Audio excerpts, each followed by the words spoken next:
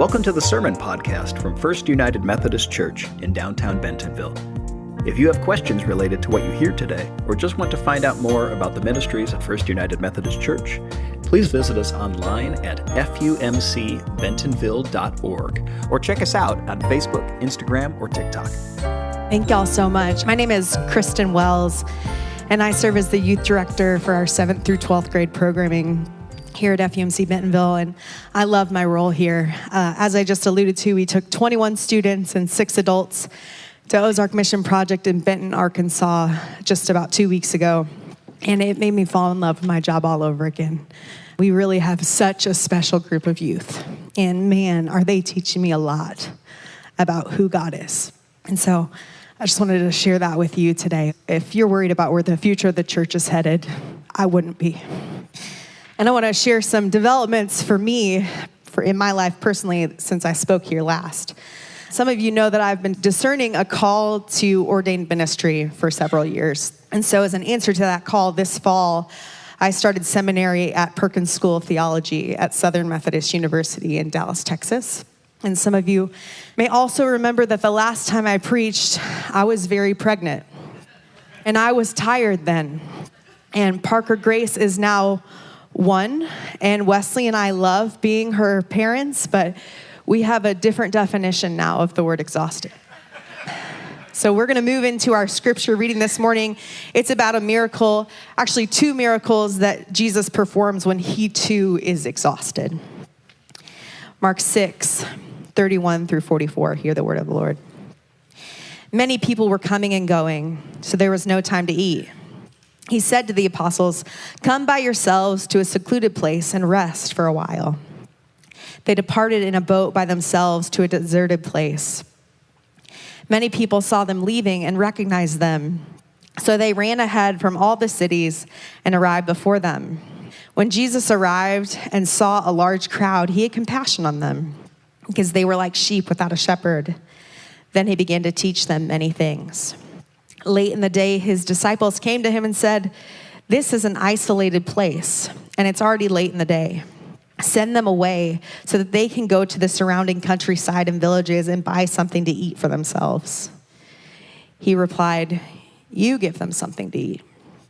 But they said to him, "Should we go off and buy bread worth almost 8 months' pay and give it to them to eat?" He said to them, "How much bread do you have? Take a look." After checking, they said, 5 loaves of bread and 2 fish. He directed the disciples to seat all the people in groups as though they were having a banquet on the green grass. They sat down in groups of hundreds and 50s. He took the loaves and the 2 fish, looked up to heaven, blessed them, broke the loaves into pieces, and gave them to his disciples to set before the people. He also divided the 2 fish among them all. Everyone ate until they were full. They filled 12 baskets with the leftover pieces of bread and fish.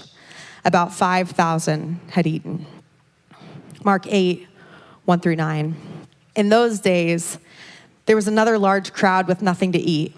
Jesus called his disciples and told them, "I feel sorry for the crowd because they have been with me for 3 days and have nothing to eat.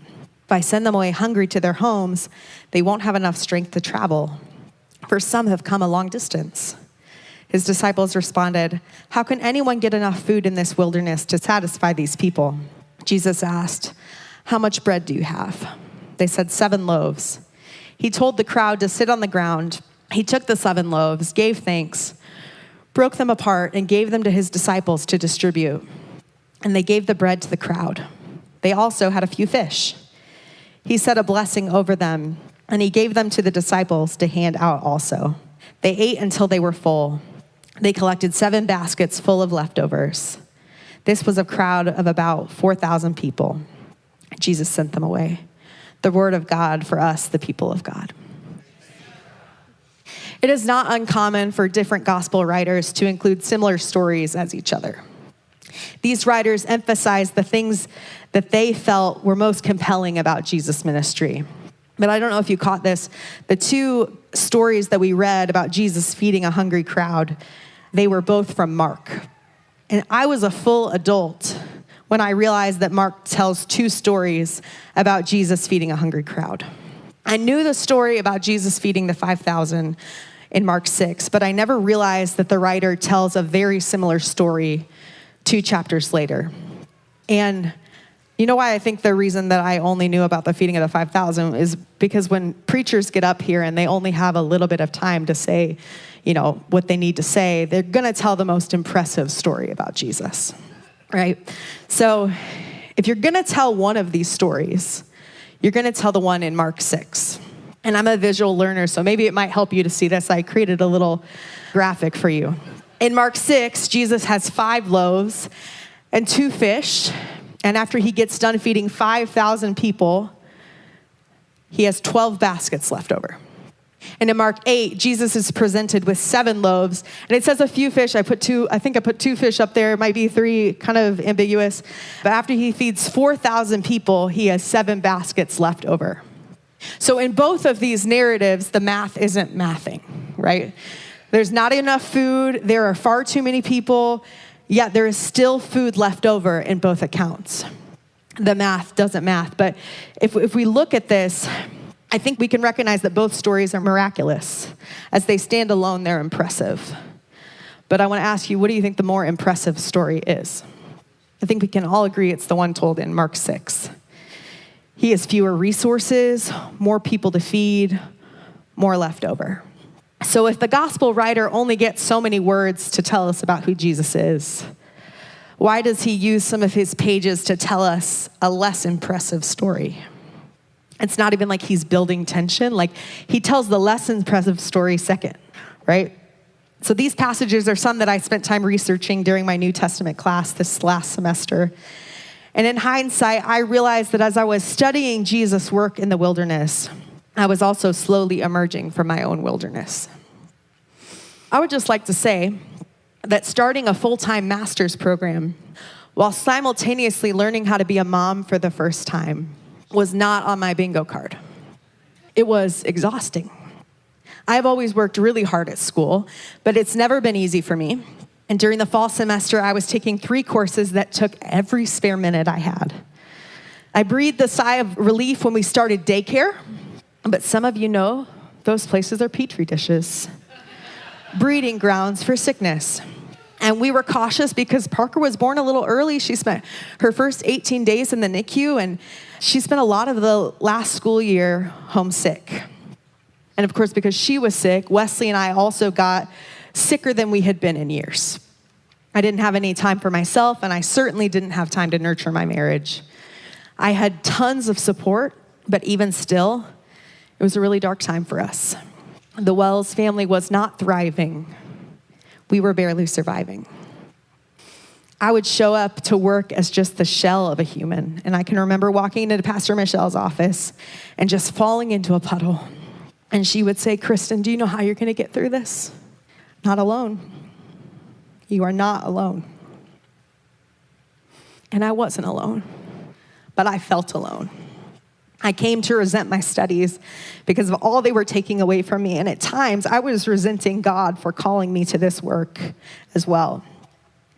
But there was a conversation that changed something for me. My sister-in-law is also in seminary, and we were together for a holiday break. And I said, "I don't know how you do it. I don't know how you work, how you mom, how you take your classes, and you do it all with a smile on your face like you have time for everyone." And she said, "Well, Kristin, I know that God called me to go to seminary. And when God called me to go to seminary, it wasn't so that I could hate the next 3 to 5 years of my life." And that's when it clicked for me. I was not willing to miss my family's life. I knew the small moments are the big moments. They're the entire point. And I knew I had some choices to make. But instead of quitting school, when the spring semester rolled around, I reprioritized. I still did plenty of research and writing, but I also made sure to put my daughter to bed every night. I started seeing my therapist again. I couldn't afford not to. A couple of times, Wesley and I hired a babysitter so we could go on a date. I think I even got a pedicure one time last semester. The choices I was making presented a marked improvement in my mental health, and every area of my life reaped those benefits. I snuffed down my imposter syndrome and trusted God that it was all going to be enough to pass my classes. And if it wasn't, I'd still rather be present with the people I love than make it through seminary. I share this story because all last year I was combating a scarcity mindset. All last school year I was asking the question, is there enough of me to go around? Am I making the right choices? Am I not even qualified to do this? I had followed God into a wilderness and I was standing in it asking God to provide. I think this is the situation those in Jesus' day find themselves in. They have literally followed Jesus into a wilderness, and when it gets to be about dinner time, they are hungry. And two main things I found when researching these passages, Mark wants to make it undoubtedly clear that Jesus brings abundance. He will make the loaves and fish stretch, and it's not just a fluke.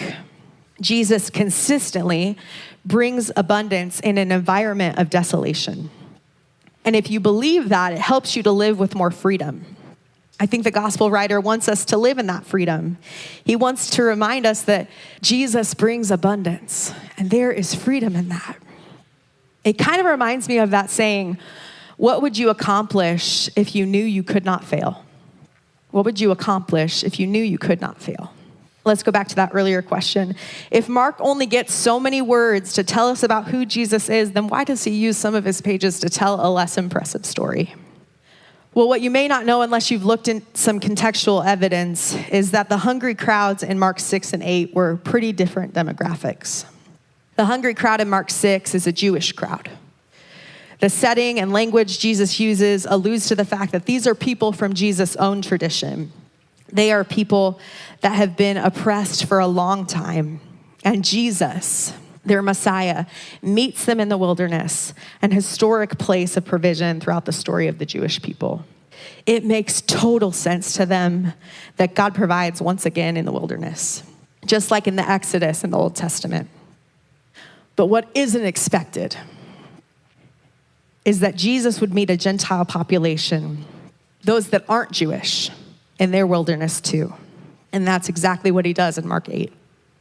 In Mark 8, after Jesus cares for his own, he does the same miracle in Gentile territory. In a territory of outsiders who have not been following Jewish customs and traditions. He says, come, eat. There's plenty enough to go around. And even after Jesus feeds the outsiders, there is still some left over. There is enough for insiders. And there is enough for outsiders. And there is more where that came from. Jesus brings abundance. In the spring semester, I know I told you I reprioritized. I took 4 classes instead of 3, which included a study abroad trip to Cuba. I committed to putting my daughter to bed every night and being there for the little moments. I focused on self-care. I put time into my marriage. I trust God to lead me out of the wilderness. And I ended the semester with a 4.0. I found myself this year in an actual mental wilderness, wondering if I had what it takes to go where God led me. And God showed me there was more than enough. Full-time work, full-time school, full-time mom, full-time wife. When there is some left over after that, I think it's fair to say the math's not mathin'. I want to remind you that in the economy of God, the math doesn't always math. We asked earlier, what would you accomplish if you knew you could not fail? FUMC Bentonville, I want to ask you, who would you invite to the table if you knew the bread would never run out? May it be so. Thanks for listening to the Sermon Podcast from First United Methodist Church in downtown Bentonville. If you would like to let us know you were here, follow the link below to connect. To participate in worship through giving, you can give online at fumcbentonville.org or on Venmo at FUMC Bentonville. FUMC Bentonville welcomes all. Because we believe the communion table is God's table, we invite everyone into our church family. We welcome and celebrate every race, gender identity, sexual orientation, marital status, age, physical and mental ability, national origin, economic station, and political ideology. We come together in action and outreach, aspiring to follow Jesus' example of radical hospitality, love, and grace as a transformative movement in our community. Please join us for worship on Sunday mornings at 9 a.m., 10:10 a.m., and 11 o'clock a.m., live and on our YouTube channel. Grace and peace.